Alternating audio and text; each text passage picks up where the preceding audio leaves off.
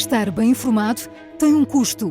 E não estar custa muito mais. No prazo de um ano, Portugal decide o seu futuro em 3 eleições: legislativas, autárquicas e presidenciais. O palco das eleições é aqui. Assine e garanta acesso a todos os conteúdos em observador.pt. Agora com 49€ de desconto. De vez em quando havia uma gritaria, estava sempre cheio de gente, as pessoas começavam a mandar vir cá para baixo, os deputados respondiam lá para cima, portanto era violento, e o Presidente pedia silêncio, à terceira ou quarta vez pedia silêncio, pedia à polícia para encerrar a sessão, para ver se acalmava os ânimos, e quando isto acontecia, o Presidente dizia: vou suspender a sessão, os trabalhos estão suspensos, e o redator escreve entre parênteses: gerou-se o pandemónio. A quantidade de vezes que lá está a expressão gerou-se o pandemónio, ou pandemónio, na Assembleia Constituinte, mostra a tensão em que aquilo estava.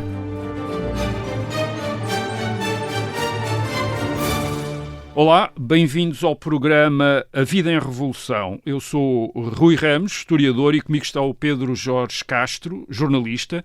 A Vida em Revolução é um programa em que vamos falar com pessoas que viveram a Revolução em Portugal, em 1974 e em 1975, para tentar perceber como foi o seu cotidiano nesses tempos de mudança e de confronto político e o que pensam hoje, 50 anos passados, sobre essa experiência. A convidada deste episódio é a arquiteta Helena Roseta, que foi dirigente do PPD na altura e deputada da Assembleia Constituinte. Pontos altos desta conversa, Rui? Eu acho que é fascinante ter uma ideia do que foi o envolvimento na política em 1974 e 75 por alguém como Helena Roseta, que era mãe de 3 filhas e que tinha uma atividade profissional já iniciada como arquiteta, mas mesmo assim dedicou-se completamente à política, quer nas atividades do Partido Popular Democrático, depois PSD, quer depois na Assembleia Constituinte, onde também tem muitas histórias para contar. E sem receber nos primeiros tempos, não é? E até entre junho e setembro de 1975 os deputados funcionaram sem qualquer remuneração, aparentemente. Vamos ouvir Helena Roseta contar essas histórias na primeira pessoa. Bem-vinda, Helena Roseta, ao programa Vida em Revolução. O 25 de Abril apanha já casada, com 3 filhos, já arquiteta, num ateliê. O que é que recorda exatamente do dia? Mais precisamente, não estava num ateliê, tinha 3 empregos. Naquela altura, como os homens estavam na guerra... Quais eram os outros dois? Era secretária-geral do Sindicato dos Arquitetos e trabalhava no Laboratório de Engenharia Civil e num ateliê do arquiteto Bruno Soares. Portanto, mas dava, porque o tempo dos transportes não era o que é hoje. Portanto, eu conseguia atravessar a cidade, ainda por cima morava na linha de Estoril, conseguia atravessar a cidade de autocarro, uma criança ao colo que ia deixar não sei aonde, e cabia tudo dentro do dia. Então, 3 empregos, 3 filhos e de repente uma revolução. Como é que se apercebeu do que estava a acontecer? Não, eu apercebi-me... Bem, os estudantes da minha idade, da minha geração, éramos todos do chamado reviralho, ou seja, estávamos contra. Se me perguntasse quanto é que a gente estava contra a guerra colonial, porque ficávamos sem namorados e ficávamos com as vidas partidas e os rapazes ficavam sem os cursos e era um muro na vida dos jovens, homens e mulheres, e estávamos contra a ditadura porque a censura era cotidiana, era censura nas faculdades, era censura no emprego, era censura em todo lado. Nós tínhamos cuidado, não nos encontrávamos muitos juntos na rua, havia conversas que não fazíamos ao telefone, portanto havia uma censura sistemática e sabíamos que estávamos debaixo do olho. E tanto estávamos debaixo do olho que eu às tantas fui mesmo apanhada. Em 1973 sou presa pela PIDE. Curiosamente, o meu mandato de captura vinha passado não no meu nome, Helena Roseta, mas no diminutivo que era usado na minha família, nos meus amigos, que era Lenicha Roseta. Portanto, eu tenho um mandato de captura em Lenicha Roseta, que é extraordinário, o que me levou sempre a pensar que a denúncia teria sido por agenda de alguém. Apanharam alguém com uma agenda ou qualquer coisa, porque não é normal isto, quer dizer, tinham acesso a todos os ficheiros e podiam... enfim, mas só estive lá um dia, também por um episódio muito extraordinário, que estas coisas só se passam em Portugal. É um país muito especial. Isto é um país muito pequeno e toda a gente conhece toda a gente. Eu estava a trabalhar nessa altura no ateliê do arquiteto Sebastião Formosinho Sanches, meu mestre e professor e que eu adorava, e estávamos a finalizar uma proposta para apresentar ao concurso. Vejam bem, nessa altura havia 2 concursos previstos, um para o Hospital Ocidental de Lisboa, que já existe, que é o São Francisco Xavier, e outro para o Hospital Oriental de Lisboa, que assim ainda está em Vila Lemos, é o Todos os Santos, há de acontecer. Estamos a falar há mais de 50 anos. Bom, a verdade é que eu sou presa, vou dentro, Estou em Caxias, a minha aflição era, e agora como é que fechamos o projeto? O concurso, o prazo acabava dali a 2 ou 3 dias, eu é que coordenava as peças do concurso, como é que isto vai ser? Era a primeira coisa, eu não estava muito preocupada com a família, porque sabia que o meu marido tomava conta das filhas, tínhamos uma senhora que tomava conta das filhas, aí não havia problema. Agora, o projeto, como é que eu passo, eu não tenho, como é que isto vai ser? Estava muito angustiada com essa ideia. Entretanto, o meu patrão soube que eu estava lá, dirigiu-se logo a Caxias. O que é que acontece? O oficial de dia tinha sido colega de liceu dele. Isto é Portugal, no seu melhor. Começaram a parlamentar, ele lá explicou, não sei o que mais, o outro lá foi falar aos seus superiores, enfim, resumindo, também não deviam ter grande coisa contra mim porque me deixaram sair com uma caução que o patrão pagou e pronto, e estive um dia em Caxias, apenas isto deu para ter ficheiro lá, fotografias, aquela coisa toda, mas não sofri mais nada a não ser esta aflição que tive. A sua atividade política antes de 74 consistia em quê? Quer dizer, não, era sobretudo a reunião com amigos. Eu não tinha uma atividade propriamente em nenhum partido, nunca pertencia ao Partido Comunista. A acusação era sempre a mesma, participação em organizações subversivas que querem por causa da segurança do Estado, mas nunca pertenci. Agora, no Sindicato dos Arquitetos, era quase toda a gente do Reviralho. Havia um grupo muito grande. Aliás, o Salazar nunca deixou que o sindicato passasse a ordem, precisamente porque aquilo era dominado por gente da esquerda. Quem é que era? Era o Teutónio Pereira, era o Coelho do Amaral, e eram pessoas com imenso prestígio, com imensa capacidade, mas que eram, francamente, do Reviralho. Eu também trabalhei no ateliê do Teutónio Pereira, portanto, o meu grupo de amigos, as pessoas com quem eu me dava, os jovens que eu conhecia na universidade, que eu conheci na universidade e que conheci nos primeiros anos na profissão, era tudo gente que estava contra. Portanto, a gente não entrávamos na política como uma carreira, a gente tomava posições, fazíamos abaixo-assinados, ficávamos logo registados. Íamos à Capela do Rato ou a sítio qualquer, ficávamos registados. Aliás, o PID lá na cadeia perguntou-me se eu também ia à Capela do Rato. Pois ia à Capela do Rato, claro que ia. Portanto, havia muita oposição também dentro da Igreja Católica. Eu tinha vários cargos na Ação Católica, na altura na Juventude Escolar Católica e depois na Juventude Universitária Católica, onde meu marido era presidente. Desempenhei lá vários cargos e havia muita gente ligada à oposição e aliás, o Vaticano II tinha mudado muito a camada jovem da Igreja Portuguesa. Portanto, nós somos muito apanhados por essa camada jovem.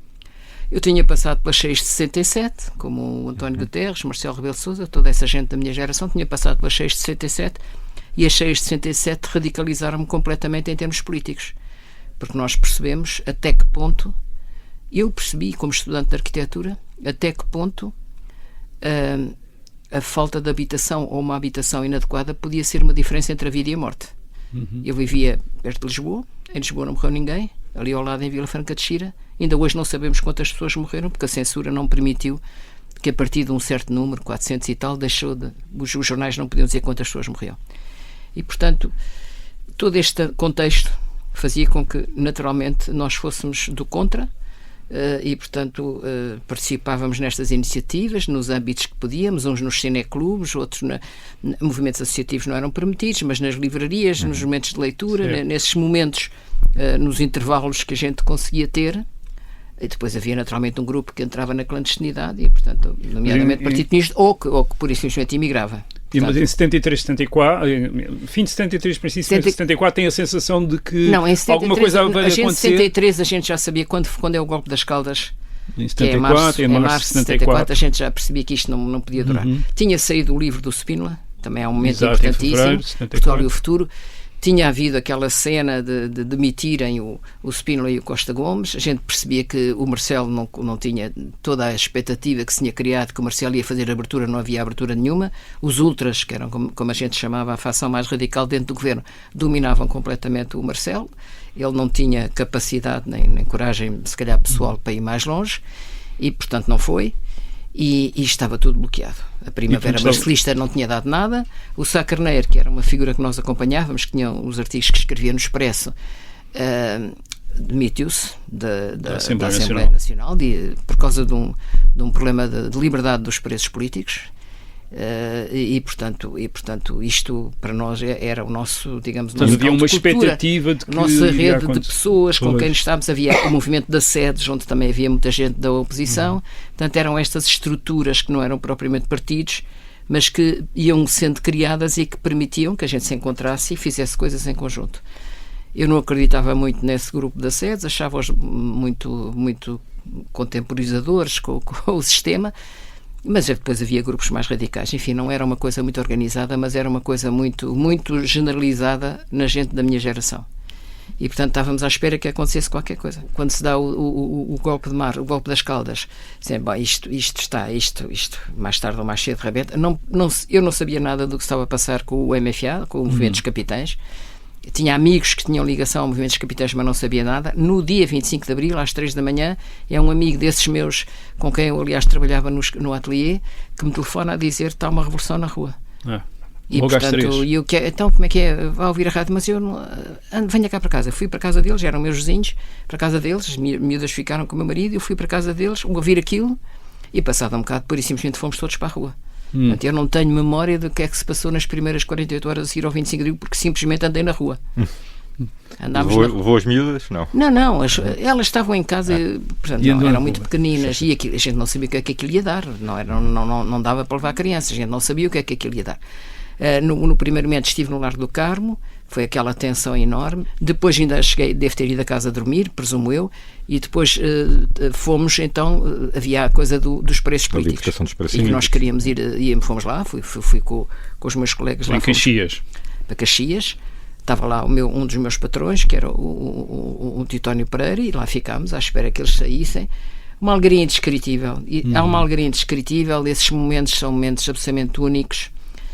Não é, irrepetíveis, e que a gente mal consegue reportar o que acontecia, sim, e aí é que essa explosão de alegria aparece à vista de toda a gente. Foi o 1º de Maio. Sim. O dia 25 de Abril tinha sido um dia mau, meio chuva, assim como está hoje, frio e desconfortável e não sei o quê, e aqueles dias foram dias confusos. No primeiro dia, depois do golpe do Carmo ter terminado e pronto, e aquilo estar em princípio ganho para o lado do Movimento dos Capitães, chegamos a casa, vamos à espera da televisão, e quando aparece a imagem da Junta de Salvação Nacional, todos os militares mais velhos, tudo muito escuro, tudo com ar estourado, porque ninguém tinha dormido há não sei quanto tempo, e foi assustador. Caiu-me assim a alma aos pés, mas que é isto? Uma coisa é os capitães que a gente viu na rua, jovens, e agora que é esta gente? Quem são estes senhores? A gente não os conhecia. A verdade é que depois é o 1º de Maio, que de certa maneira faz uma legitimação popular, se quiser, do 25 de Abril, porque foi mais que um referente, quer dizer, foi toda a gente para a rua, foi uma coisa indescritível, de sensação de libertação, de alegria, de aquela coisa que é muito raro na vida dos povos, da gente ir na rua e nos abraçarmos a pessoas desconhecidas. Eu depois voltei a ver esse tipo de reações, por exemplo, quando foi a queda do muro em Berlim. Eu não estava lá, mas a gente via as reportagens, as imagens, havia essa alegria esfuziante, e aqui em Portugal vivemos isso em 99, quando foi o referendo de Timor. Toda a gente ia para a rua vestida de branco e andávamos em cordões humanos com pessoas que não sabíamos quem eram. São momentos muito únicos, muito especiais, e de facto o 1º de Maio foi a semente. Uma alegria explodiu completamente, todas as maneiras e feitios. Aqueles primeiros meses a seguir ao 25 de Abril foram muito difíceis. A vida não ficou de repente melhor para toda a gente, bem pelo contrário. Houve várias decisões dos governos provisórios no sentido de aumentar o salário mínimo e até congelar as rendas de casa e outras coisas mais. Estavam congeladas já para Lisboa e Porto já há muitos anos pelo Salazar, desde a Segunda Guerra, mas foram congeladas para todo o país, julgando que era uma medida provisória. Ainda hoje estamos a sofrer os efeitos disso, mas pronto, aconteceu como medida revolucionária. E havia, portanto, uma expectativa muito grande, embora, na prática, as coisas estavam mais caras, havia falhas, tinha havido um golpe petrolífero, estávamos com o choque do começo da descolonização, portanto, a dívida pública a aumentar, foi um momento extremamente complicado, e que eu acho que só o sobrevivemos por uma espécie de... como é que eu ia dizer? Há uma estrelinha qualquer que se pôs em cima em certos momentos na história dos povos, de cada um dar o melhor de si próprio. Depois isso acaba. mas há momentos extraordinários que as pessoas percebem que estamos a viver um momento de viragem e querem estar bem na fotografia da história. E isso aconteceu. Mas nessa altura também a necessidade para muita gente, ou a possibilidade para muita gente de escolher partidos, não é? Estão-se a formar partidos, e como é que foi isso? Como é que foi no seu caso? Foi logo para o PPD. O PPD é anunciado a 6 de maio, com os três fundadores, o Magalhães Mota, o Balsemão e o Sá Carneiro. O meu marido já acompanhava o Sá Carneiro há muito tempo, tinha muito respeito por ele. Eu tinha dúvidas, achava-os, apesar de tudo, um bocado conservadores mesmo, enfim, em certas coisas. Estava ali a assistir, a minha gente, o meu grupo de arquitetos e amigos que eu tinha, era tudo gente que acabou por ir mais para o MES. Pronto, sim, foi depois também o Jorge Sampaio e muita gente eram mais radicais, enfim, eram ideologicamente mais marcados, não eram propriamente sociais-democratas, nem era bem vista a social-democracia nessa altura, e era considerada, enfim, uma forma de conformismo. Mas o meu marido tinha feito, enfim, toda a leitura do Olof Palme, dos grandes dirigentes sociais-democratas. Bom, andei ali a ver o Partido Socialista. Foi conversado em casa essa decisão? Não. Sim, não, a gente andava. Eu já lhe vou o que é que aconteceu. Ainda fui a algumas iniciativas dos socialistas, mas eu achava que os socialistas... Do MES ou do PS? Não, fui do MES e do PS. Os do PS eu achava que era uma gente extraordinária, mas tinham todos vindo de fora. Eu não reconhecia aquilo que a gente lutava na arquitetura, na economia, na geografia, por um projeto nacional, muito influenciados por António Sérgio, uma visão nacional do desenvolvimento do país. A gente não via isso naquele discurso e, portanto, andava ali um bocadinho à deriva. Entretanto, no PPD cria-se o Gabinete de Estudos, era presidido por Alfredo Sousa, que era uma grande figura da economia, e tinha lá o Marcelo, tinha o Ângelo Correia, tinha o Pedro Roseta, tinha uma série de pessoas, o Mário Pinto, enfim, uma série de pessoas que sabiam muito de política e que estavam muito empenhados. E eu começo a ir a algumas reuniões do Gabinete de Estudos e depois convidam-me para participar no Gabinete de Estudos mesmo como independente, na parte da habitação, depois começar a trabalhar, e era isso que eu gostava de fazer e que eu sabia. E depois acabei por começar a ir a umas sessões de esclarecimento do PPD, e aí eu fiquei muito encantada, porque era muito genuíno. O PPD era um partido naquela altura de militantes, quer dizer, quadros não tinha, era um partido de militantes, não havia tradição anterior, tinha algumas velhos resistentes que tinham vindo do antifascismo, e tinha os seus fundadores, mas quer dizer, não tinha organização nenhuma, estava-se a montar. E, portanto, era feito por militância pura e dura. Tudo, muita gente muito nova. E, portanto, aquilo a mim atraía-me e permitiam, e havia uma grande liberdade de discussão.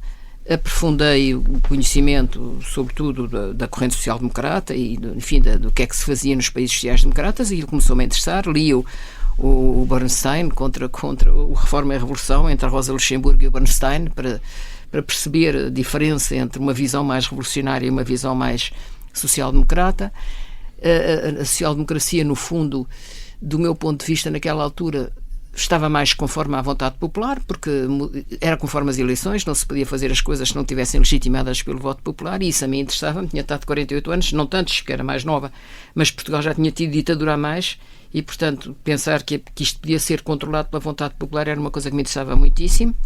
E, portanto, acabei por ir para o Gabinete de Estudos, depois fui ao primeiro congresso e depois acabei por entrar no PPD. É assim que eu apareço no PPD. Portanto, em que mês é que em dezembro, na altura, foi o congresso em dezembro, portanto, só nessa altura, só depois disso é que eu entrei no partido. Eu quis ver primeiro o congresso e o programa. É que é interessante porque, por exemplo, Marcelo Rebelo de Sousa, não é, que tem aquele livro da Revolução e o Nascimento do PPD, descreve como a Helena Roseta como muito difícil de até decidir aderir de facto, não é? Não, foi lento, porque eu ia às sessões de esclarecimento e interessava-me bastante, e muitas vezes estava sentada cá atrás, não estava a participar ativamente, mas ia ouvir, também aprender. Eu não tinha propriamente grande formação política, nem tínhamos tido essa oportunidade. E, portanto, quem vinha do direito, como o Marcelo ou o Pedro Roseta, quem vinha do direito tinha mais formação política. A gente vinha da arquitetura, não tínhamos dado a organização política do Estado no liceu, não queríamos saber disso para nada. Nós queríamos era o território, o desenvolvimento do país, era uma visão muito mais agarrada ao concreto. Mas pronto, depois gostei do Congresso. O Congresso foi muito, muito participado e muito, muito polémico. Havia várias linhas, havia uma grande liberdade ali. O Emílio Guerreiro faz uma intervenção extraordinária, é que havia ali, aqui este partido é tão extraordinário que até há o direito ao erro. E havia. As pessoas diziam coisas inacreditáveis, mas diziam.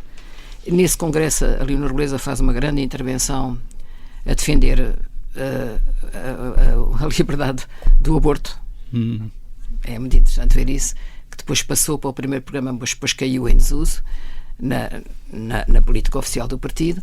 Mas a Leonor Nobleza estava a fazer um trabalho muito bom já nessa altura com a Pintacilgo na Comissão da Condição Feminina, e são responsáveis por avanços importantes no direito civil para as mulheres nessa primeira fase.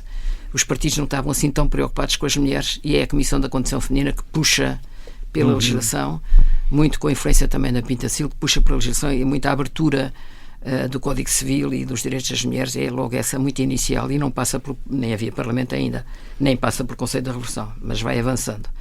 E pronto, e é assim, e assim mas, chegamos. Neste período entre abril e dezembro, não é? É muito tempo, e é um tempo muito intenso, apesar de ainda não ser oficialmente militante e ter demorado até tomar essa decisão. Mas tinha muitas e sessões. acompanhando tudo quase como se fosse por via do seu marido e dos amigos. Já porque o meu marido estava lá, os meus amigos também, alguns deles estavam lá. E porque, mas havia outros que não estavam. Como é que esses outros viram a sua inclinação para o PPD? Não, as pessoas eram livres, não é? Portanto, o 25 de abril basicamente era mesmo isso, era a liberdade de escolha. Portanto, alguns ficavam um bocado chateados comigo, isto agora viraste para a direita. Não, pá, eu concordo com isto, mas sobretudo para mim, todo esse período antes e depois do Congresso do PPD até às eleições é um período de descoberta do país, que eu não conhecia. Nós vamos para todo lado, não havia as estradas cá hoje, íamos nos carritos e tal, também não havia segurança, portanto era o que fosse, era o que acontecesse, e permitia-nos muitas vezes. Nós íamos universitários, com a nossa linguagem de lisboetas ou de universitários, explicar as coisas, e as pessoas depois falavam-nos, punham problemas completamente diferentes, mas não havia uma espécie, como é que eu lhe hei de chamar, uma espécie de uma dignidade da malta, sobretudo no interior, que não aceitava que fossem para lá uns tipos da cidade dizer-lhes a eles como é que era a liberdade, mas ao mesmo tempo queriam saber como é que eram as eleições. Isso é que eles queriam saber. Como é que se vota? A gente explicava mais ou menos os partidos, o meu marido contava muitas parábolas a fazer as diferenças dos vários partidos, e depois as pessoas faziam uma pergunta que nada tinha a ver com isso. Eu costumo citar o caso em Buliqueime, terra do Cavaco Silva, na primeira sessão que se lá fez do PPD, acho que foi a primeira de sempre, nunca nenhum partido lá tinha feito nada, num pavilhão de terra batida, cheio, toda a gente da terra lá, mulheres com crianças ao colo, tudo em pé, não havia cadeiras, e o meu marido a fazer uma grande intervenção, a explicar a diferença entre uma Constituição Social-Democrata e uma Constituição Socialista e uma Constituição Comunista, tarará. E depois no fim perguntas. Ninguém perguntava nada. Insistia à mesa, não querem fazer perguntas, até que há um local que se enche de coragem, que faz uma... Então, e o que é que o PPD pensa da aguardente medronha? Isto é para verem o choque que havia de linguagens, mas ao mesmo tempo as pessoas também queriam, esta pergunta não era só para saber o que é que o PPD pensa da aguardente medronha, era para pôr à prova à mesa. E portanto estavam constantemente a fazer-nos estas perguntas de pôr à prova, que era para depois dizer, os senhores não percebem nada disto, não sabem da nossa vida nada. E portanto foi uma aprendizagem. Encontrei pessoas extraordinariamente inteligentes, mesmo analfabetas, extraordinariamente inteligentes, que deduziam a lógica toda do funcionamento político e do conflito que havia com muita facilidade. Mas depois no fim perguntei como é que eu vou votar, eu não sei escrever. E nós lá explicávamos os símbolos, a importância nessa altura que tinham os símbolos. Andávamos com os autocolantes com os símbolos e os símbolos tinham que ser muito fáceis, portanto era a foice e o martelo, era a mãozinha, eram as 3 setas, e depois apareceu o CDS também tinha setas, mas as três setas era o PPD. E, portanto, as 3 setas a apontar para cima. Antes propriamente até defenderem a opção do PPD, faziam uma pedagogia quase generalizada até explicar o que é que defendia cada partido e como é que se fazia fazíamos sempre isso. A campanha. Fazíamos sempre isso. Tínhamos que fazer sempre isso, explicar as diferenças. Os partidos não se afirmavam só por aquilo que queriam. As diferenças eram diferenças ideológicas, não havíamos cá dizer mal deste ou mal daquele. As críticas maiores que havia nessa altura, nos comícios, nas sessões, eram os militares, porque eram quem tinha o poder. Os partidos não tinham poder nessa altura. Portanto, estavam a afirmar-se. Certo. E a questão era ideológica, não é? E, portanto, a gente tinha que... Uma coisa aí, nessa descoberta do país, percebeu que o país não era todo igual, que havia... A gente já sabia que o país não era todo igual. Tínhamos estudado isso, havia 5% apenas dos jovens que chegavam à universidade, quer dizer, o país era profundamente desigual. Mas a gente não conhecia os territórios, as aldeias, as terras. Mas também diferenciado, não é? Um país diferenciado. E as pessoas, e a maneira de falar, e a maneira de receber... o carinho com que nos recebiam e a expectativa com que nos recebiam, outras vezes nos sítios alguma hostilidade, e portanto, sobretudo no sul do país, sempre bastante hostilidade, mas hostilidade organizada, porque havia grupos que apareciam. A uma certa altura, o Algarve era muito radical nessa altura, havia lá uns movimentos da Luar, era uma gente muito radical. Estávamos muito bem numa sessão e aparece um desses grupos, toma conta da sessão, pronto, e a gente saiu da mesa, mas combinámos, olha, a gente não vai se embora, a gente vai assistir o que é que eles vão fazer na mesa. E eles começaram na mesa a responder às perguntas das pessoas. A uma certa altura as pessoas começaram a fazer perguntas que eles não sabiam responder. Então mandaram-nos ir para a mesa outra vez. E lá fomos nós para a mesa para explicar e não sei o quê.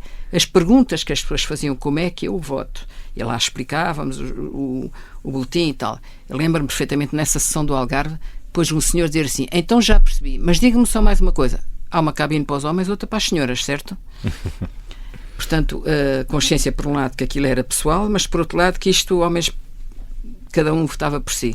O homem não ia levar a mulher a votar e a mulher não ia levar o homem a votar. Isto mostra bem a diferença que havia, a expectativa, a vontade de saber, alguma ingenuidade até, tanto nossa como deles. Nós também éramos um bocado ingênuos em relação ao que estávamos a fazer. Eu lembro do meu marido ser recebido uma vez com um grupo da Luar com o G3 e ele começou a parlamentar com eles. Eu disse, que loucura.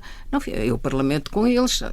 Não é parlamentar com homens com G3, mas quer dizer, naquele ambiente isso era possível, porque eles se calhar até iam ouvir. Não estavam previamente determinados a matar ninguém, queriam mostrar força. E portanto há esta mistura, ao mesmo tempo com episódios completamente picarescos, porque no meio disto tudo acontecem coisas extraordinárias e pícaras. Há vários, estou-me a lembrar do Augusto Ciro me ter contado no próprio dia 25 de Abril, ele ouve na rádio o que estava a acontecer, pega na máquina fotográfica, vai andar por Lisboa e passa pelo quartel ali de Sapadores e pergunta para lá, então, mas para o Centenário, vocês de que lado estão? E o outro responde-lhe, por enquanto do lado de dentro. o que é incrível. E o Adriano Jordão contou-me que um colega deles assistiu no Largo do Carmo, ele estava na tropa nessa altura, assistiu no Largo do Carmo a uma cena entre um jornalista estrangeiro, já contei este episódio várias vezes, mas ele é extraordinário, a uma cena de um jornalista estrangeiro a falar com os soldados, estavam no chão, com as três apontadas à porta do Largo do Carmo, e eu acho que este soldado era alentejano, já vão ver porquê, não sei, mas já vão ver porquê, e o alemão começa-lhe a fazer perguntas, em português, tinham aqueles gravadores muito grandes de tijolo, a fazer perguntas, e o soldado a enxotá-lo, e até que a certa altura não se contém, e diz esta coisa única que só um português alentejano pode dizer: porra, que já nem me deixam fazer uma revolução em paz. Isto mostra até que ponto as pessoas estavam conscientes do momento histórico, mas ao mesmo tempo eram portugueses da cabeça aos pés, e portanto tinham a reação do Portugal: pá, deixem-me fazer isto. É incrível, mas é verdade, aconteceu. E portanto era esta mistura que era simultaneamente entusiasmante e ao mesmo tempo todos os dias podiam acontecer coisas novas, e portanto isto também estimulava, não é? E fora desta atividade política, como é que assistia ao resto do que ia acontecendo? Continua a trabalhar no ateliê? Continuei a trabalhar nos vários sítios, mas a gente mudou alguma coisa na arquitetura? Estas coisas faziam-se de noite e o resto fazia-se de dia. E, portanto, era a tal revolução dos homens sem sono e das mulheres sem sono também. Mas, por exemplo, na arquitetura, houve alguma diretriz nova? Alguma maior liberdade criativa? Não, desculpe, estava tudo metido na revolução. Aliás, na arquitetura é um momento também de grande revolução, porque o Nuno Portas foi chamado a secretário de Estado e lança uma coisa extraordinária chamada SAAL, o Movimento de Serviço de Apoio Ambulatório Local, que era uma tentativa de começar a resolver problemas das pessoas que viviam em barracas através de uma participação dos próprios. Era um triângulo. Os próprios organizavam-se em associação, o Fundo de Fomento pagava uma brigada técnica de arquitetos, muitas vezes estudantes, e as câmaras davam terreno. E, portanto, era esta coisa. E lançou-se aquilo, em julho de 74. Portanto, logo em cima... Acompanhou isso de perto? Completamente. A maior parte dos meus colegas foi tudo para as Brigadas do Sal. Eu já não fui, já não sei por que razão, porque provavelmente, entretanto, meti-me noutra coisa qualquer. Mas a minha geração passou pelas Brigadas do Sal. Há vários projetos de sal aqui em Lisboa. O sal tem muita força, sobretudo no Porto, também tem muita força no Algarve, e os arquitetos estavam encantados com aquilo. O que é que acontece? De tal maneira, isto foi assim, a Revolução dos Escravos foi uma coisa tão extraordinária em termos europeus, que havia muito observador europeu que vinha cá, mesmo nas várias profissões. Sim. E na arquitetura, a revista Architecture d'aujourd'hui vem fazer uma reportagem a Portugal sobre a arquitetura da liberdade. E faz reportagens com o Cisa Vieira, com o Gonçalo Birne, com o Manuel Vicente, com o que eles estavam a fazer. E o trabalho destes homens é lançado, em termos internacionais, bastante por efeito deste deslumbramento que na Europa houve sobre o 25 de Abril. O Cisa já tinha feito alguns trabalhos interessantes na Holanda e noutros sítios, mas é o SAL que os projeta. E depois vem a ser um grande prémio Príncipe da Arquitetura, enfim, o Nobel da Arquitetura e o Souto Moura também, 2 homens da Faculdade da Escola do Porto, que realmente marcaram, e muito marcados por essa experiência do SAL. E, portanto, na arquitetura, a grande revolução foi o SAL. E os costumes? O que é que assistiu à sua volta? Não, isso era foi uma libertação. Logo no dia 1º de maio, posso-lhe contar um episódio que mostra bem que nem é bem um pormenor, é quase um pormenor, porque mostra bem essa mudança quase instantânea das atitudes. Estava um dia de calor muito bonito, como já disse, estava um dia de calor muito bonito no 1º de maio. E eu saí, pronto, e a senhora que tomava conta das minhas filhas disse-me: "Oh menina", ela chamava menina, que ela era mais velhota, "Oh menina, as meninas estão-se a queixar que têm muito calor", que elas andavam com umas botas ortopédicas, andavam todas na escola infantil com as botas ortopédicas. "As meninas estão-se a queixar que está muito calor para as botas." E eu respondi-lhe: "Oh senhora Catarina, ponha-lhes as sandálias que estamos em liberdade." E portanto isto, está a ver, o problema entre as botas e as sandálias, uma coisa comezinha, mas o meu argumento não foi, coitadas, isso magoou, não. A liberdade, sandálias. Portanto, era uma espécie de libertação. Era liberdade era uma espécie de argumento para tudo, não é? Não era só um argumento, era mesmo uma sensação. Não temos que estar agora a constranger as pessoas, deixem lá as pessoas, as crianças. Ao mesmo tempo havia, sobretudo a partir do verão de 74, um aumento do conflito político, uma pressão daqueles setores alinhados com o PCP. A primeira coisa, o primeiro conflito é o 28 de setembro. Exato. No 28 de setembro, mas no 28 de setembro nós percebemos que aquilo tinha sido desencadeado pelo Spínola, pelo qual nós tínhamos um certo respeito, mas depois aquilo foi barrado com as barricadas organizadas pelo PCP, que mandavam parar os carros e ver se tinham lá armas e não sei o quê. Havia aquela confusão, não percebemos bem quem é que começou e quem é que está aqui do outro lado. Mas víamos as barricadas. Eu não apanhei barricada nenhuma, até porque não conduzia, mas lembro-me do Alfredo Sousa a contar. Lá está mais um episódio picaresco.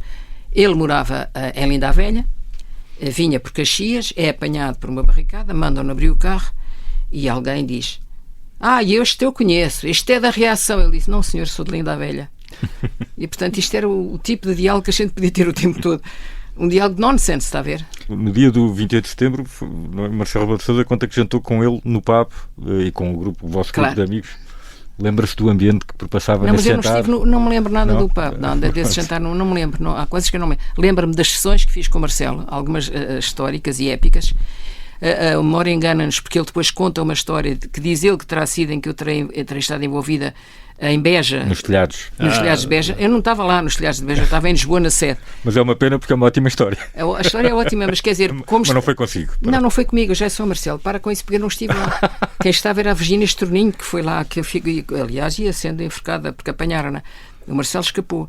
Mas o grupinho era muito coeso. E, portanto, uns estavam em Lisboa à espera que eles chegassem, os outros estavam lá, e na prática, pronto, o grupo estava lá na cabeça dele. A memória prega estas partidas, a mim também já me pregou várias, a gente jogou que foi com uma pessoa e afinal não foi com essa pessoa. Mas aí já se estava a tornar um ambiente menos festivo, não? Mais hostil. Portanto, o 28 de setembro é o primeiro momento da hostilidade. Depois, a partir daí é que começa uma progressão grande, com a história do 28 de setembro e do Spínola e da admissão do Spínola, começa uma progressão grande das forças ligadas ao PCP dentro do MFA.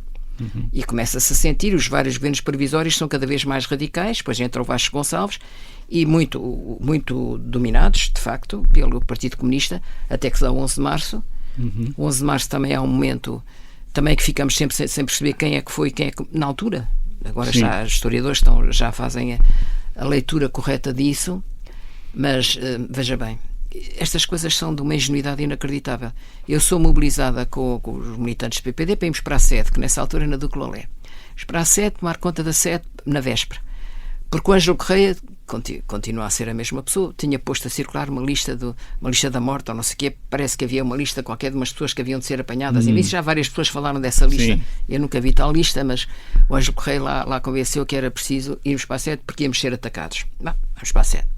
Isto antes do dia 11, ainda antes do dia 11? Na véspera. Na véspera. Na véspera, que depois foi de manhã. Pois. Íamos ser atacados. Passar a noite lá na sede, a defender a sede. Eu não sabia nada, eu não tinha feito tropa, nem os meus colegas também não. Como é que a gente defende a sede? Não tínhamos armas ali, havia armas no partido, mas não na sede. A coisa estúpida que a gente pôs olha, a gente até aqui os extintores de incêndio tiramos aos olhos, uma parvoíce. E começámos a pôr massas de jornal pelas escadas fora, o que era uma estupidez, porque se quiséssemos fugir, não conseguíamos fugir. Tudo disparados. Sei que adormeci quando o golpe começa. Às de manhã estava cansada. E às tantas o Alfredo Sousa, olha, não, você está a dormir, está um golpe só. Oh, Alfredo, eu não posso fazer nada, o que é que a gente há de fazer? Deixa lá, eu tenho que dormir. Está a ver? Coisas assim, insensatas, não é? Insensatas. Lembro-me que nessa altura recebemos na sede, isto é mais uma história picaresca, uma devolução do Povo Livre. O Povo Livre era o jornal de partido, ainda é, e era mandado por assinatura para muita gente. E recebemos a devolução do jornal e o carteiro escreveu lá, era um padre que mandava aquilo de volta, e o carteiro escreveu lá: deste já está o povo livre e ele livre do povo. O homem tinha morrido. E, portanto, constantemente estávamos com este tipo de cruzamentos entre a política e o cotidiano, e a viver tudo isto com muita... Ouça, por essa altura, março, os ficheiros do PPD andavam espalhados pelas casas dos militantes e nos carros dos militantes. Não havia ficheiros na sede. Por uma questão de segurança. Andavam dentro de caixas de sapatos, mas quer dizer, tudo mas muito para primitivo. não serem apanhados. É exatamente. O Pedro Paz Vasconcelos andou com os ficheiros do PPD no carro. Mas tinha uma preocupação genuína em que, por exemplo, não houvesse eleições, por exemplo? Não, claro que estávamos com medo que não houvesse eleições, e até à última hora podia não ter havido. Só se consegue as eleições com a assinatura do primeiro pacto MFA Partidos, que é já nos princípios de abril. Sim. Já estava abril a começar. Supostamente as eleições deviam ser em abril, porque era um ano depois, e não era possível, não havia condições, não havia garantia do Conselho da Revolução de que poderia. O Conselho da Revolução tinha sido criado a seguir ao 11 de março, não havia garantia que havia eleições. E de facto aí o Costa Gomes tem um papel importante e consegue garantir, chama os partidos, assinam todos, até o PC, depois à esquerda do PC, o DP não assinou, assinam todos um pacto em que se comprometem que na Constituinte nós vamos aprovar uma Constituição, portanto haverá eleições, os deputados vão fazer uma Constituição, mas essa Constituição vai garantir que o Conselho da Revolução se mantém durante um período transitório, que na altura eram 10 anos, um período transitório com poderes de fiscalização constitucional, portanto não havia Tribunal Constitucional, e que há uma Assembleia Militar, designada pelos 3 ramos das Forças Armadas, para garantir a fidelidade ao programa do MFA. Os partidos, vocês têm os vossos programas todos, mas aqui há um programa original que é o programa do MFA, e nós temos que garantir isto. Os partidos assinaram, o Sá Carneiro não estava cá, mas discordância total, a Assembleia do MFA nem pensar, o próprio Conselho da Revolução não concordava, mas a verdade é que os partidos assinaram e com essa assinatura tivemos a garantia que haveria eleições. E no dia 25 de Abril houve eleições. Antes ainda da campanha, queria perceber um bocadinho melhor a dinâmica deste partido. Não, a dinâmica deste partido era sem o líder, com o líder ausente. Como é que o partido se mobilizava? Estava o Ganhas Mota a fazer vezes de líder. Não, mas que era muito diferente, Sacramento. Era muito diferente. A uma certa altura eu próprio acho que também dizia existir funções de direção de campanha, já não sei porquê, porque não havia quem fizesse. E pronto, a gente fazia as sessões, fazíamos as coisas na televisão, mas sobretudo o que havia era núcleos muito ativos de militantes a fazer campanha no país todo. O PS não estava tão bem situado no país todo, ao passo que o PPD entrou muito pelo país, porque entrou com gente nova e com quadros que eram conhecidos em Portugal, que estavam ligados a várias estruturas até do Estado e não sei mais o quê, e portanto havia respeito e havia um grande prestígio de Sá Carneiro, sabia-se que ele estava doente, mas era o partido do Sá Carneiro.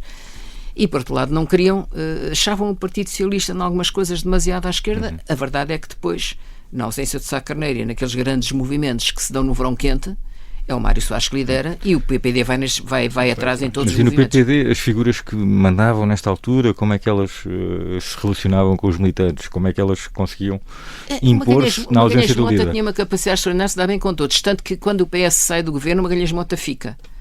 Em Lisboa, o Balsemão, o próprio Marcelo, mobilizavam as pessoas e, portanto, isso é que animava a campanha. Portanto, nós íamos sessões todos os dias, comícios muitas vezes. As grandes mobilizações contra o PC no verão quente são lideradas pelo PS. O PPD apenas vai de arrasto. Mas ainda antes das eleições, também há uma radicalização desta hostilidade, sobretudo a Sul, quando iam fazer campanha, não é? Muita vez. Muitos boicotes, quantas vezes isso nos aconteceu. Mas pronto, a gente ia à mesma, quer dizer... Iam à mesma sabendo que iam ter problemas. Não sabíamos que havia lá militantes locais e pronto, íamos correr os riscos. Vamos agora para intervalo e voltamos dentro de momentos. Um passo em falso seria algo demolidor. Esta é a história de Jorge Jardim, o agente secreto que parecia um simples homem de negócios, mas liderou missões perigosas em todo o mundo. Tentou criar um país e foi pai de um clã de mulheres aventureiras. As chefias militares achavam que ele tinha poder a mais. Episódio 5. Vamos fazer um golpe de Estado. O Misterioso Engenheiro Jardim é uma série para ouvir em 6 episódios e faz parte dos Podcast Plus do Observador. É narrada por mim, Lourenço Ortigão, e tem banda sonora original dos HMB. Os Podcast Plus do Observador têm o apoio da Kia. Voltamos agora à segunda parte da conversa com a arquiteta Helena Roseta. Nós estamos a falar de umas eleições em que não há sondagens, não é? Não se sabe bem o que é que vai acontecer. Qual era a vossa expectativa? Quando chega ao fim da campanha, nós não fazíamos a menor ideia o que é que ia acontecer. Havia uma coisa que para nós era segura. A comunicação social, que estava estatizada e estava na mão do PCP, basicamente, era excessivamente PCP e as pessoas estavam muito saturadas daquilo. E já percebiam as isso, pessoas estavam muito saturadas, não era aquilo que queriam. E, portanto, havia um sentimento de revolta. Eu queria perceber, pelo menos, a decisão da sua inclusão, por exemplo, na lista de candidatos. Não, mas isso não foi uma... Tinha a expectativa de ser eleita? Não fazia a menor ideia de que aquilo era. O Magalhães Mota, a uma certa altura, vamos dizer, Helena devia vir aqui na lista por Lisboa. Eu sou Magalhães Mota, mas eu não sei nada de constituições, nem de leis, não percebo nada disso. Mas você fala bem, está aí nas sessões, as pessoas gostavam de me ouvir, aparecia na televisão, as pessoas gostavam de me ouvir, você tem que vir. Então está bem, eu faço a campanha, depois logo se vê. Isso foi em número 8 por Lisboa, creio eu? Já não sei que número é. E o seu marido por... O marido ia por Castelo Branco. E ele é natural da Colher. Essa decisão foi consensualizada em casa? Não, eles é que escolhiam, desafiavam-nos, a gente dizia o que é que vocês precisam da gente e nós fazemos o que vocês precisarem, não havia problema nenhum. Vocês estavam nesse ano, há muita gente como vocês que estão disponíveis, completamente disponíveis para a política, quer dizer... A partir do momento em que somos candidatos a deputados já não precisava de ir ao emprego, essa parte era boa, até lá tinha que ir ao emprego e não sei o quê, mas no emprego meti-me nas lutas sindicais. Eu estava nessa altura, já tinha saído do laboratório, estava na Universidade Nova e fui delegada sindical na Universidade Nova, já não sei para alma de quem, mas já não, essa parte já se apagou. Portanto, havia luta política a todos os níveis, no trabalho... A todos os níveis. Portanto, mobilizávamos e estávamos todos a aprender. Ao fim e ao cabo, o que estava a acontecer era uma aprendizagem coletiva, nacional, da política, no dia-a-dia. E, portanto, tudo era pretexto para essa aprendizagem. Mesmo as relações entre os homens e as mulheres ou entre os amigos, tudo era pretexto para essa aprendizagem. Ou os professores, ou as escolas, as crianças, tudo era pretexto. Tudo era discutido política, tudo era questão política, não é? Para a questão política. Era uma sensação de que se estava no princípio... Não, e era a sensação, sobretudo, que nós tínhamos a responsabilidade de construir um país melhor, um país novo, como a gente dizia naquela altura, um país novo, não era nada novo, porque ele era bem antigo, mas para nós era um país novo. Era um pouco toda aquela utopia dos poemas da Sofia Melbrenner, de todos esses grandes poetas que nos tinham alimentado o imaginário. E os próprios cantadores, o Zeca e toda essa gente, era o país novo que a gente queria, não era o velho, portanto a gente todos tinha que fazer alguma coisa para este país novo. Então, e na campanha propriamente dita, portanto, antes de abril de 65, mas como é que era a preparação das sessões? Não havia preparação nenhuma, a gente lá da terra arranjava um sítio E a gente ia. E levavam militantes mais jovens para fazer de segurança? Não. E lá eles arranjavam isso. A parte da segurança nunca participei muito, mas era uma segurança dos próprios militantes. Havia sempre uns tipos que tinham estado na tropa e tal, e que se ofereciam para fazer segurança, porque para mim isso não era propriamente uma coisa muito importante. Eu não sentia que a minha segurança estivesse em perigo, portanto. E achava sempre, como o meu marido, achava sempre que se as pessoas começassem a provocar, a gente respondia. Como é que era isso na prática? E chegava à intimidação física, não é? Muitas vezes. Muitas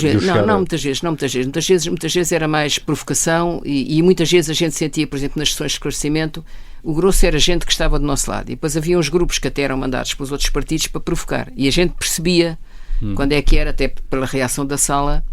Mas depois, portanto, chegavam e começavam fazíamos assim uma intervenção inicial, as pessoas aplaudiam ou não aplaudiam, a gente percebia logo pelos aplausos de que lado é que aquilo estava, mais ou menos, e depois vinham as perguntas, que era sempre a parte melhor, e eu andava com um caderninho para tomar nota das respostas, porque então as respostas do Alfredo de Sousa eram fantásticas. Foi assim um curso acelerado de economia, e eu, o Furtado Fernandes, que respondia a parte dos trabalhadores e dos sindicatos, eu tomava nota daquilo tudo, o meu marido explicava a parte constitucional. E pronto, e o Marcelo ia a todas. O Marcelo estava sempre ao par de todos os episódios e ia a todas. Portanto, tudo isto era uma aprendizagem, não é? Para mim também foi uma aprendizagem acelerada, porque havia muitas coisas que eu, no princípio, nem sabia explicar, mas depois, no fim, já tinha aquilo na ponta da língua. De tanto ouvir, não é? Claro, e sobretudo as frases, a gente hoje chama-se soundbites, mas a gente percebia muito bem quando saía assim uma coisa fantástica, dizer, pá, bem respondido, quando a malta reagia na sala. Estou-me a lembrar de uma também que picaresca, o Ângelo Correia, não é? Ângelo Correia, deputado para Aveiro, prometia tudo e um par de botas a toda a gente, mas ia com um cascola, armado em sindicalista, tinha imenso carisma e realmente muita popularidade. E numa sessão com o Ângelo, a uma certa altura alguém pergunta porquê é que o PPD não está na Internacional Socialista. Porque o Sacanei dizia que o PPD era social-democrata e queria pertencer à Internacional Socialista. E o Mário Soares já tinha dito na Internacional Socialista não entraram de certeza porque eu não deixo. E tinha falado lá com os seus colegas, estes não entram, não são sociais-democratas. Bom, mas havia essa questão. E, portanto, cada vez nos acusavam de fascistas, a resposta, não, a social-democracia. A frase era a social-democracia está para o socialismo como a cogestão está para a autogestão. E depois explicámos o que era a cogestão, o que era a autogestão. Pronto, isto era o que a gente dizia. Uma só via social-democracia, pronto. Mas era uma via para o socialismo democrático, estávamos sempre a dizer isto. Mas então porquê é que não são socialistas? Internacional Socialista. E o Ângelo dá esta resposta extraordinária. 3 ordens de razões, por isto e por aquilo. E o homem insiste. O senhor ainda não me respondeu. Porquê é que o PPD não está na Internacional Socialista? E o Ângelo, então, mas o senhor não sabe que as inscrições só abrem em outubro? Grande salva de palmas, quer dizer, aquilo não era resposta nenhuma, mas calou o homem, está a perceber? Porque provavelmente ele não sabia quando é que abriam as inscrições, isso era para a caça, mas enfim. Portanto, havia constantemente este tipo de botados, se quiser, ou de saídas que a necessidade obrigava a inventar na hora. E havia gente nitidamente que tinha mais jeito para isso, não era? Claro, o Ângelo era brilhante. O Ângelo e o Marcelo eram supra-sumos aí. O Pedro era muito bom na argumentação mais de fundo. Quando havia assim uma contestação ideológica, o Pedro dividia aquilo tudo e batia bem. Eu era mais com as coisas do dia-a-dia, o sentido da observação, as coisas que a gente via na televisão, e era com as coisas do dia-a-dia que as pessoas reagiam bem. E, portanto, esta mistura, e havia outros que faziam sessões, não é? Uma parte das questões, aliás, já nos disse isso, uma parte das questões que lhe eram levantadas eram também a ver com o cotidiano, quer dizer, com a vida, as pessoas estavam preocupadas com a vida delas. Sim, claro. Também, não é? As coisas mais banais, em Lisboa não havia leite, eu conseguia leite depois das eleições porque os deputados de Aveiro traziam leite lá, porque não havia leite para as crianças, faltava o leite. De vez em quando faltava o gás da companhia fechava, tinha havido greves, não havia gás. Outras vezes chegámos a casa e não havia eletricidade. Isto era frequente. Portanto, era a revolução mesmo a afetar o cotidiano. Daqueles primeiros dias em que fecharam os bancos, fechou tudo, sim, fecharam as mercearias, fechou tudo, íamos comer a casa uns dos outros, mas isso a gente não queria nem saber, está a ver? A gente nem sabia bem a quantas andávamos. Olha, e havia algum tipo de marketing de campanha? Não, vocês ofereciam alguma coisa às pessoas? Não, acho que sim, deviam oferecer canetas, imagino eu. Já na altura. Canetas, não, sacos de plástico não se usava. A definição dos slogans, por exemplo? Os slogans quando apareciam, isso era o Mota Pinto era muito bom nos slogans. Ele lança no... Participou nisso? Não, participou de alguma forma? Não, mas não havia assim um grupo para fazer isso. Isso surgia, depois havia os gráficos. Um dos gráficos que trabalhava para nós era o Augusto Cid, pronto. Sim. E havia, lembro-me, aquele célebre slogan do Mota Pinto, hoje somos muitos, amanhã seremos milhões, que foi logo no primeiro congresso. Num dos congressos, logo no princípio. E eu lembro-me perfeitamente de ver na Infante Santo o cartaz colado, hoje somos muitos, amanhã seremos milhões, e em baixo escrita a seguinte frase: bem feita, tomassem a pílula. E portanto há constantemente este tipo de diálogo.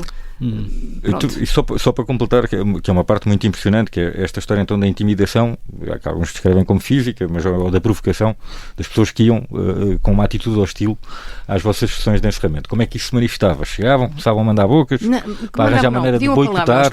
Não pediam a palavra, que apesar de tudo havia curiosidade nas salas, e portanto a própria sala criava um ambiente favorável a que isto não fosse uma guerra, e portanto se apareciam coisas mais polémicas, a própria sala também começava a chamar por nós. Portanto, isto às vezes saía branco. A gente ia a um sítio que estava à espera de uma coisa e saía outra.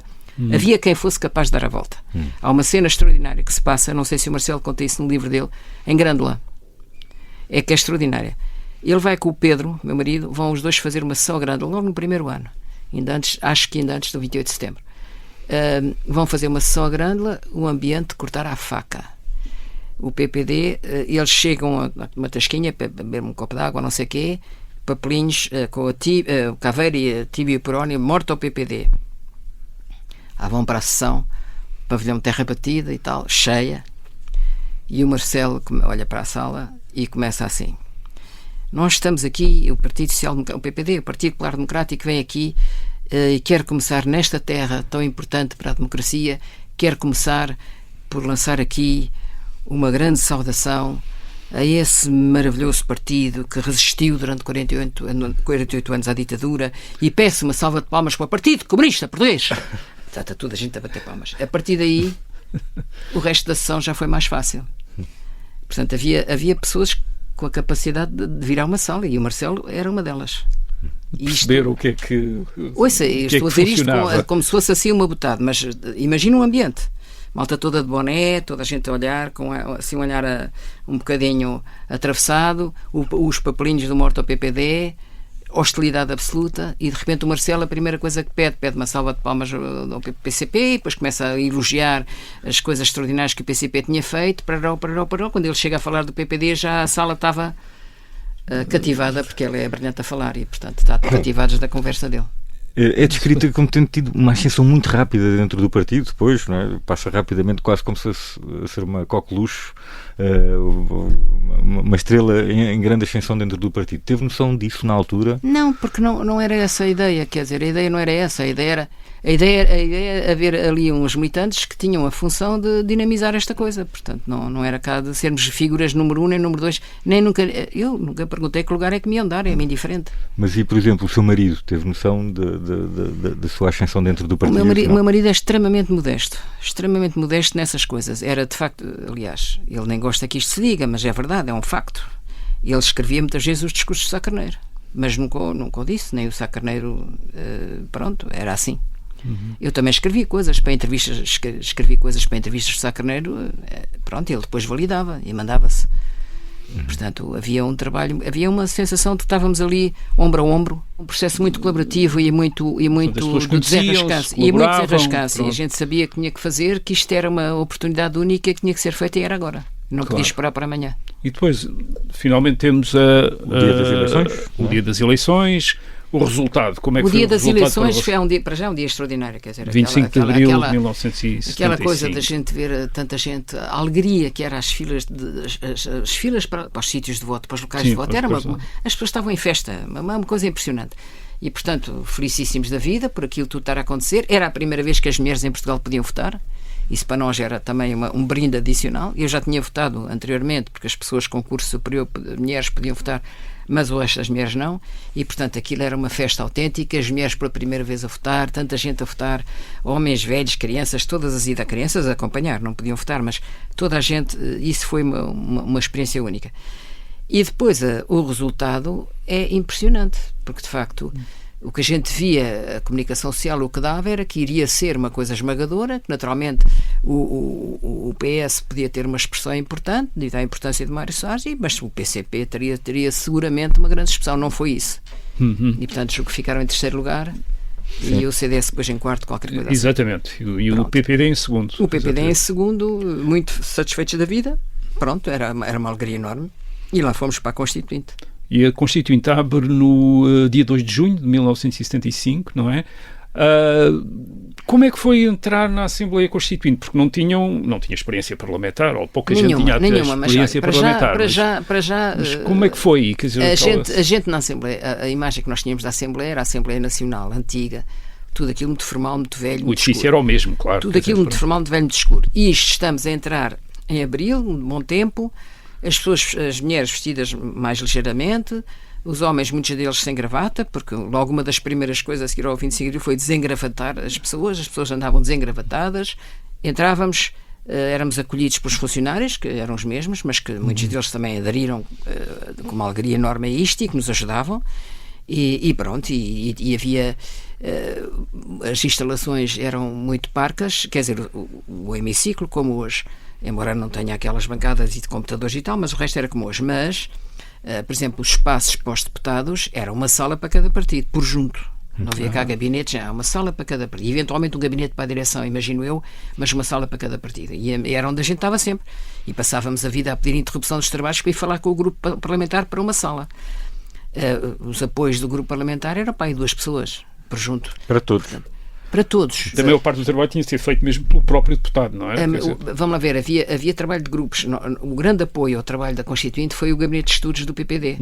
Que as coisas já estavam preparadas, era quem já tinha preparado os documentos para o programa de partido, o projeto de Constituição, e portanto havia o Miranda, o Jorge Miranda, e mais algumas pessoas que tinham conhecimento do projeto de Constituição do PPD, portanto era isso que iam levar, mas depois havia pessoas especializadas em cada área. Na área da educação era muito o Pedro e o Mário Pinto, na área do trabalho era também o Mário Pinto, na área da economia era o Alfredo Sousa, na área do direito era muito o Mota Pinto e mais não sei quem, e eu fiquei com a parte da habitação. Porque era eu que tinha trabalhado no programa. Havia uma comissão para... Não havia uma comissão para a habitação. Depois a primeira fase da Constituinte foi organizar a estrutura do texto constitucional e as comissões. Portanto, na estrutura do texto constitucional criou-se os direitos fundamentais, entre os direitos civis e políticos e depois os direitos sociais, todos eles, a parte da organização económica, a organização do poder político e depois os órgãos de soberania e o poder local e os tribunais, no fim. Mais ou menos esta era a estrutura. Mas o que é que havia? O pacto MFA-partidos não era do acordo dos partidos que tinham ganho a maioria nas eleições. Portanto, nem PS, nem PSD, nem CDS estavam de acordo com aquela coisa. Com o gonçalvismo, o 11 de março, as nacionalizações, a aceleração política começa a fazer uma pressão enorme sobre a Constituinte, no verão quente, uma pressão enorme sobre a Constituinte. Vamos arrumando as outras áreas, os direitos fundamentais, e deixamos o poder político para mais tarde. Na organização económica ia ser outra vez uma batatada, porque não tinha havido as nacionalizações, o PS não as punha em causa, mas também não as queria engolir, portanto havia ali uma dificuldade. Mas a parte mais difícil era mesmo o poder político. Eu calhei logo nos direitos sociais, portanto a habitação foi discutida em julho de 75 e a votação é para em outubro, mas na habitação, uma vez que, entretanto, no verão quente, já depois das eleições, tinha aparecido o tal documento guia de uma facção radical do MFA que dizia que Parlamento nunca... Foi quando o Cunhal deu a entrevista à Oriana Fallaci a dizer que nunca haverá eleições livres em Portugal, mas houve. Eles continuavam a dizer que o Parlamento nunca iria haver. Não queriam. E, do outro lado, tinha surgido como resposta o documento dos 9. Melo Tunes e o grupo dos 9 tinham respondido a dizer não, a fidelidade ao programa do MFA é eleições livres, parlamentarismo, como na Europa, não sei o que mais. E havia este confronto entre estas duas coisas. Enquanto isto tudo se passava, nós estávamos avançando devagarinho nos direitos fundamentais. Aí não havia grandes discussões, porque era a Declaração Universal dos Direitos do Homem e os direitos fundamentais, o seu desenho estava plasmado nos textos constitucionais praticamente todos os partidos e, portanto, essa parte podia-se avançar. Nos direitos sociais já foi um bocadinho mais complicado. Os direitos sociais na saúde, a discussão toda da saúde, e o PS aí teve um papel importante. O PSD foi de arrasto em favor disso, mas depois mais tarde teve dúvidas sobre o Serviço Nacional de Saúde quando foi a lei de bases, mas na altura da Constituinte o nosso programa era muito claro e era favorável ao Serviço Nacional de Saúde. Na habitação sabíamos o que queríamos, na educação também. A discussão grande na educação era o problema do ensino privado, que havia uma hostilidade do próprio PS contra o ensino privado, apesar do colégio moderno, e era preciso defender a liberdade de ensino. E a formação que lá ficou não satisfez e depois foi alterado mais tarde, e assim sucessivamente. Bom, isto é a primeira parte. Depois, na organização de poder económico, eu já não participei em nada. Aí era o Alfredo de Sousa que, de certa maneira, liderava o processo. Mas o Alfredo de Sousa também era um tipo muito avançado, do ponto de vista... Era um social-democrata avançado e progressista. E, portanto, e era respeitado. E, portanto, conseguiram-se ali umas formações bastante duras, bastante radicais, mas que não punham em causa o núcleo essencial da social-democracia, que previa a nacionalização dos principais meios de produção, não de todos, mas de alguns. E, portanto, não haveria aí conflito ideológico, e aceitávamos isso. E, entretanto, dá-se o cerco. Sim, em 12 de novembro. Mas antes disso, a minha participação na Constituinte é toda antes do cerco, é até esta altura, até votar o artigo da habitação. Havia também aquele período antes da ordem do dia em que se discutiam problemas políticos gerais. Isso é muito interessante. Os dois ritmos. Para mim, a melhor crónica, se quiserem, do PREC é os jornais, com certeza, mas a crónica que está acessível online para toda a gente é o Diário da Assembleia Constituinte, que pode consultar todos os dias, no período, o chamado PAOD, que era o período antes da ordem do dia, refletiu o que estava a passar na rua. E, portanto, todos os dias havia esse reflexo. E quando tinha havido uma barracada qualquer, ou um grande comício, ou um incidente, ou qualquer coisa, aparecia tudo no PAOD. E gerava-se logo ali a discussão dura, bastante dura. E há uma expressão muito engraçada, que não sei se já deram por ela, no Diário da Assembleia Constituinte, que os redatores lá punham. De vez em quando havia uma gritaria, porque começavam das tribunas, estava sempre cheio de gente, as tribunas começavam a mandar vir. As pessoas começavam a mandar vir cá para baixo, os deputados respondiam lá para cima, portanto aquilo era violento, e o Presidente pedia silêncio, à terceira ou quarta vez pedia silêncio, mandava encerrar a sessão, pedia à polícia para encerrar a sessão, para ver se acalmava os ânimos, e quando isto acontecia, o Presidente dizia: vou suspender a sessão, os trabalhos estão suspensos.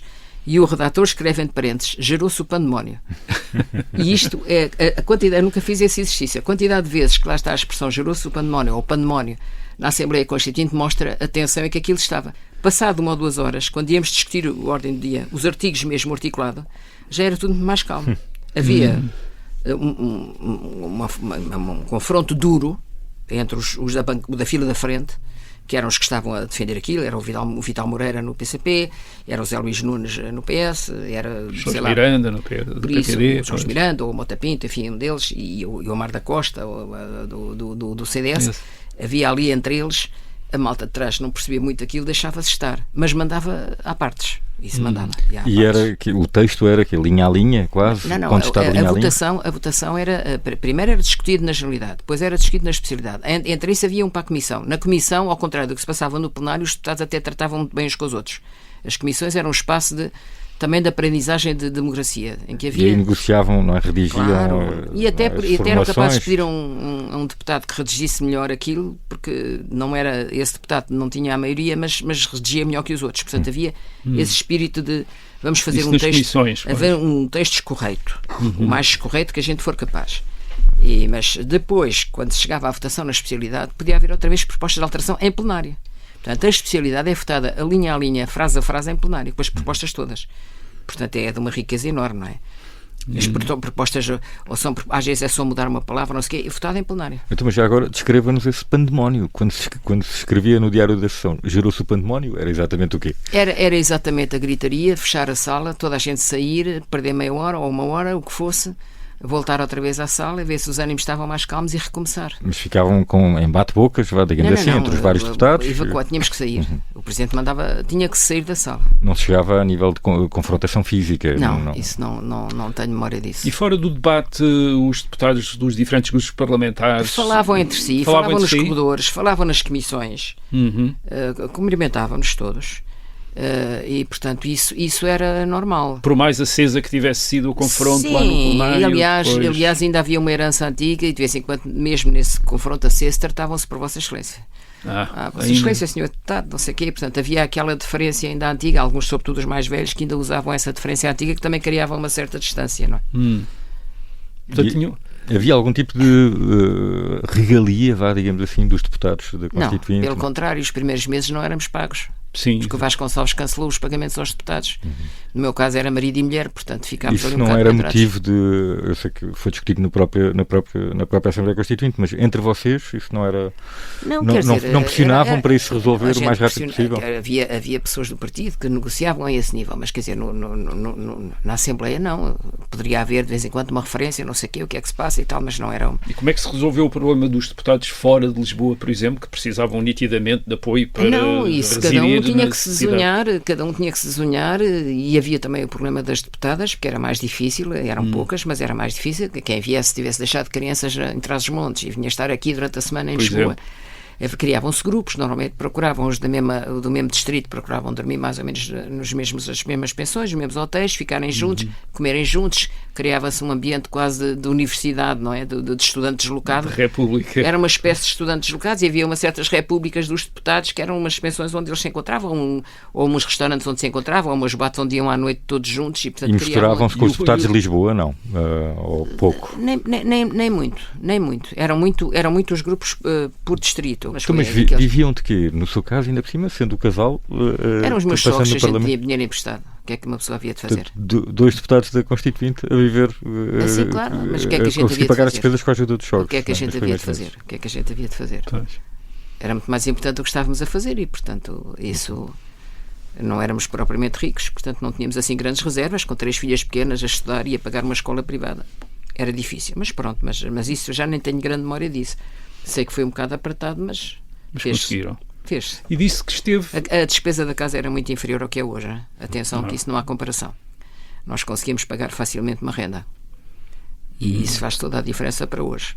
E por outro lado, no nosso caso, que éramos deputados por Lisboa e morávamos muito perto do Parlamento, também não havia despesa de transportes. Portanto, isso facilitava. Disse que a sua participação na Assembleia Constituinte é sobretudo até ao outono de 75, não é? É até a participação direta na parte da Constituinte. Sim. Participação na discussão política foi permanente, porque como eu estava ligado à direção do partido e ao gabinete de estudos, de vez em quando chamavam para fazer as discussões. A discussão política, Mas ali na Assembleia Constituinte o que é que significa? Só estou na fila da frente quando estou a discutir questões de habitação. Ou às vezes discuto isso mesmo do meu lugar, sem ir para a fila da frente. Eu não pertenci nunca à direção do grupo parlamentar. A fila da frente é das direções. Fez uma intervenção muito vigorosa contra a censura da Dina Alhandra no RCP. Lembra-se disso? Devo ter feito. Não me lembro. Devo ter feito. Era um programa que a gente tinha chamado A Mulher no Tempo Presente. Um programa na rádio comercial, acho eu. Na Rádio Clube, não era? A Rádio Clube. O Rádio Clube. Nem se chamava comercial, era Rádio Clube. Na Rádio Clube. E a uma certa altura, já não sei porquê, nós começámos a fazer umas críticas mais violentas. E eles acabaram com o programa, invocando que o patrocinador, que era o Domplex, os plásticos da Domplex, não queriam continuar a patrocinar o programa. E, portanto, fomos censurados pela Domplex, mas pronto. Depois disso devem ter aparecido para aí os Tupperwares ou qualquer coisa, e pronto, uma alternativa à Domplex. As pessoas que me estão a ouvir não sabem o que é a Domplex, mas a Domplex eram umas caixinhas de plástico que permitiam organizar a vida. Há muita propaganda na televisão nessa altura da Domplex, é muito engraçado. E nisto dá-se o cerco, então, o cerco à Constituinte, que o cerco da Constituinte é um momento muito extraordinário. É um momento muito extraordinário. Como é que viveu o cerco? Eu chego lá, já estava aquilo um bocado a chegar muita gente e tal. O meu marido vem atrasado, tinha ficado a fazer uma coisa qualquer do partido e, portanto, já não o deixaram entrar. Ele disse que queria pagar, não entra, não sei o quê. Eu não conseguiu entrar, ficou um bocado chateado porque eu estava lá dentro e, bom, eu estou lá dentro, aquilo começamos a perceber que não há condições para manter os trabalhos, começa a haver diligências junto do Pinheiro de Azevedo, mas o Pinheiro de Azevedo também estava cercado. Sim, na residência do Primeiro-Ministro e, portanto, também não podia fazer muito, a fazer diligências com o Presidente da República e o Presidente da República a cortar-se. Nós todos, no PPD, muito críticos do então Presidente da República, Costa Gomes, porque achávamos que ele não avançava. Eu hoje devo dizer que fomos injustos, porque ele não poderia mesmo avançar, porque naquela altura, quando se dá o 25 de novembro, havia armas nos partidos da extrema-esquerda, nos partidos do centro, no PS, no PSD, o PS, o Edmundo Pedro, coitado, bastante pagou por ter feito esse serviço ao partido. No PSD também havia armas, o Emílio Guerreiro durante o verão quente tinha arranjado muita negociação para ter armas, ele disse que sabia, e havia armas por todo lado. E nós não sabíamos como é que aquilo se podia dar uma coisa armada, se podia podia haver ali uma coisa... Nós que estávamos lá dentro, o que achávamos, e quando eu digo nós é PS, PSD, CDS, estávamos em constante conversação, o nosso grande receio era que houvesse uma tentativa de fazer o chamado assalto ao Palácio de Inverno, ou seja, que aqueles manifestantes entravam pelo Parlamento adentro e impediam-nos de fazer a Constituinte e, portanto, acabava o processo. E a combinação era, nós vamos tentar sair daqui, vamos todos para o Norte, vamos fazer a Constituição em qualquer sítio, porque a Constituição não é o local, são os deputados, somos os eleitos, e vamos prosseguir os trabalhos da Constituinte, seja onde for, mas vamos fazê-lo, porque temos esse poder, somos eleitos para isso, e temos que o fazer. E era esta a combinação. As horas passam, o Costa Gomes não avança. E os deputados do PCP, percebeu logo que eles estavam os do PCP, com uma atitude mais facilitadora. Lá vai mais um pormenor picaresco. Estas coisas são parvas, mas aconteceram. Eu devia ser um bocado inconsciente, era miúda e tinha uma certa lata. E a uma certa altura nós tínhamos um deputado muito velhinho, que era o Olívio França, que estava-se a sentir mal. E alguém nos veio dizer que no gabinete do PCP havia frango. E eu vou... vamos lá pedir frango para o Olívio França, e vêm uns quantos atrás de mim, acho que vieram também guardas da Assembleia. Vamos um pequeno grupo a atravessar os passos perdidos em direção ao gabinete do PCP. E o que é que eu me lembro? Veja bem, se isto passa pela cabeça de alguém. No meio daquela confusão, ao meio da noite, lembro-me de começar a cantar eles comem tudo, eles comem tudo, eles comem tudo e não deixam nada. E a malta a cantar comigo. Isto é surreal. Mas passou-se. Bom, lá chegámos ao gabinete, eles a cantar? Claro, mas eles receberam-nos bem, deram lá o frango para o havia mesmo frango. Havia, tanto que depois, no dia a seguir, pronto, isto foi assim. Entretanto, eu estava um bocado angustiada, porque ainda por cima a minha segunda filha fazia 5 anos naquele dia, e portanto ficou sem festa de anos. E eu pensava, coitada da miúda, fica sem festa, eu estou aqui, o meu marido está em casa, ainda bem que está lá, toma conta delas, mas como é que isto vai ser? A nossa preocupação, como é que a gente se organiza? Estávamos já a mobilizar, quem é que tem carro, quem é que não tem. Quando a gente sair daqui, zarpamos. E, entretanto, lá conseguem um acordo, consegue-se um acordo, uma cedência por causa de um pagamento de umas horas, não sei o quê, do pessoal da construção civil. Eu penso que aí também houve parte importante de trabalho feito pelo Mel Antunes e pelo próprio Cunhal.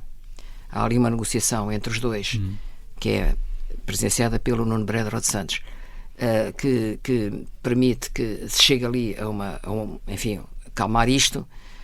Há um recuo estratégico do PCP para desmobilizar aquilo, e há um compromisso do Mel Antunes a defender a permanência do PCP. É assim que aparece depois o Mel Antunes a declarar na televisão: o PCP é indispensável à democracia portuguesa. Tem por trás esta história. E, portanto, lá se consegue desbloquear a coisa. No dia seguinte, às 3 da tarde, lá saímos.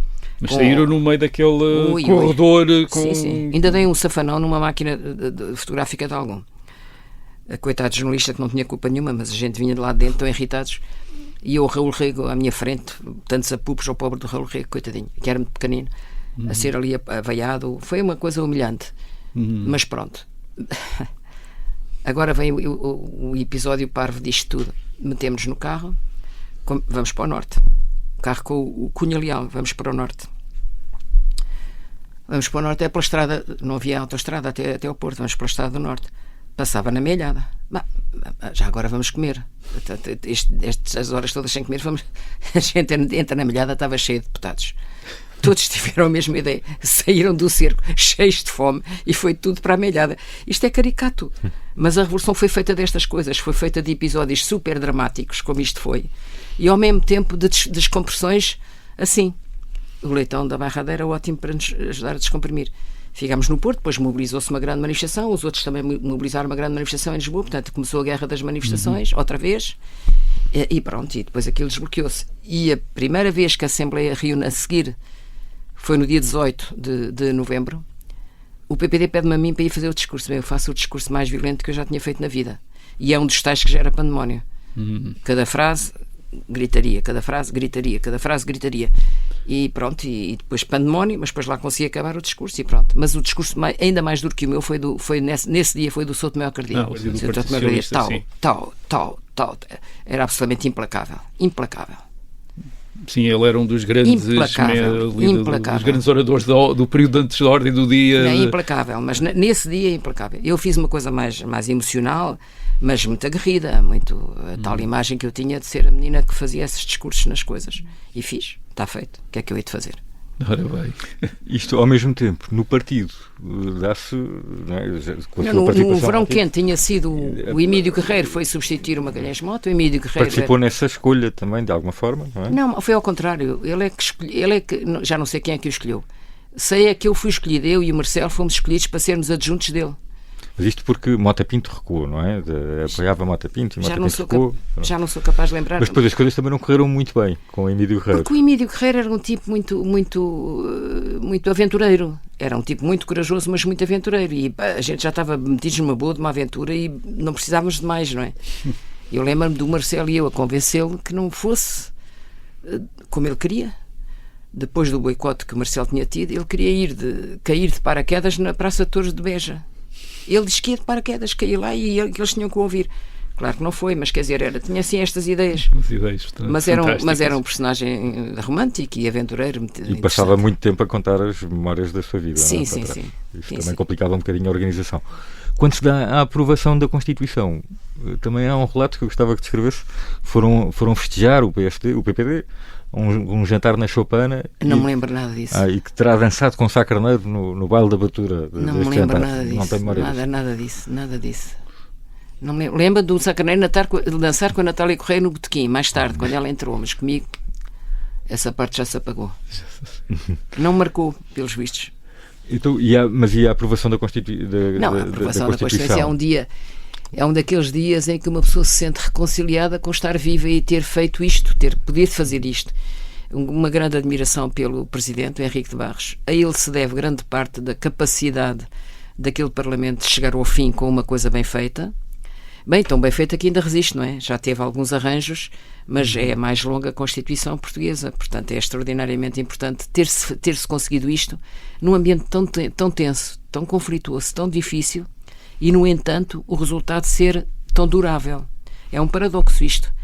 É o facto de termos todos a sensação que isto era uma página nova da história e nós queríamos ficar bem na fotografia. Tínhamos uma responsabilidade direta nessa página nova. E, portanto, tínhamos que dar o nosso melhor. Sim, e há aquela sensação de estar a viver também um momento histórico, não é? Que é uma sensação única, percebe? É uma sensação única da pessoa dizer, pronto, isto... Tantos anos que esperámos por isto, agora está na nossa mão. Está mesmo, fisicamente, na nossa mão. Portanto, temos que fazer isto bem. Foi uma festa. Foi um privilégio ter vivido esses tempos e foi um privilégio ter podido dar a minha pequeníssima cota parte num artigo da Constituição. Helena Roseta, muito obrigado por ter vindo ao nosso programa. Voltamos na próxima semana. Até para a semana.